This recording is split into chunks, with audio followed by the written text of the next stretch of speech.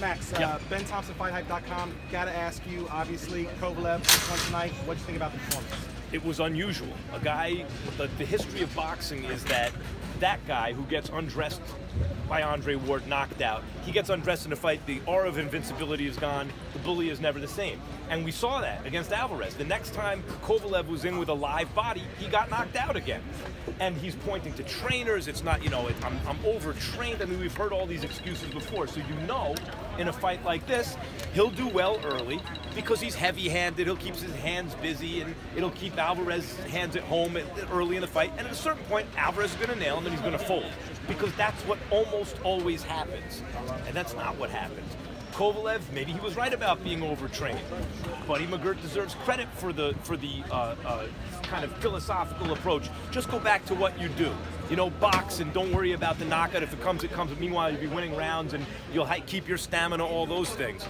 But Kovalev is the guy who, before the fight, I said, look, it's a bunch of excuses pointing to different trainers. So now I can't take credit away from him and just credit Buddy. Kovalev deserves enormous credit. What he did was exceedingly rare. Is he going to be able to do that against some of the other? I mean, obviously he has some history with Alvarez, but will he be able to do that with guys like Dimitri Bivol and some of these other younger guys? Well, that remains to be seen, but Andre said it during the broadcast. I asked him, did he think he broke Kovalev in that fight when he went to the body? And Kovalev really packed it in.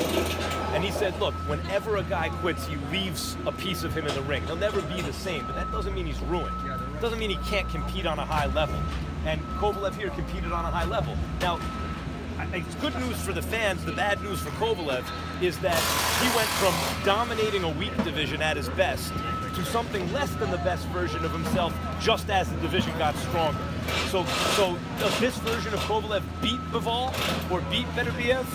You know, does it, or does it just compete with him? I don't know, but that's more interesting than the way it was anyway.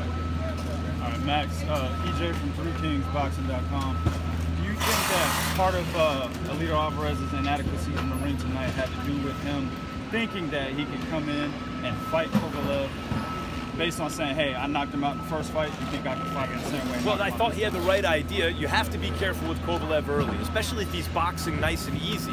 Which, I mean, first of all, at the stare down, he didn't look right to me. I thought he looked scared. Right. And then he wanted to touch gloves at third or fourth round. Third round, he wants to touch gloves. He really, like, the bully wants to make friends. Right. And Alvarez is like, nah, forget that. And I thought, ooh, this is going Alvarez's way.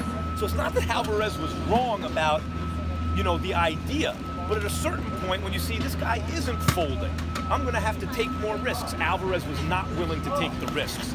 He was relying on Kovalev folding at the first sign of adversity, and when Kovalev didn't do that, Alvarez wasn't willing to do what it would take to try to see if Kovalev would quit, you know, to push it farther. And if Kovalev wouldn't quit, to just beat him straight up.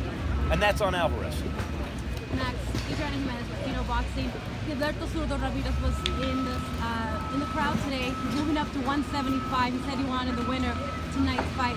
Obviously, Kovalev is Zurdo ready to take on the challenge that is Kovalev. I suspect he'll have a fight at 75 first to get his feet wet at the division, and then see who he'd want to, you know, what names at the top he would make an opponent for. Not that he views himself as an opponent, an undefeated middleweight titleist, but he would likely be the underdog against either one of these. Certainly against Bivol or Kovalev or the elite of the division.